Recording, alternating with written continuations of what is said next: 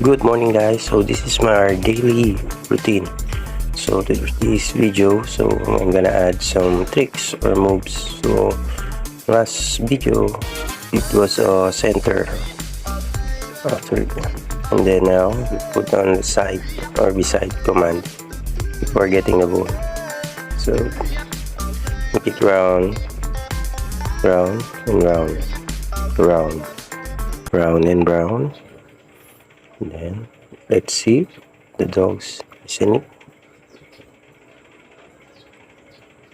So do it every day, the dog will get it.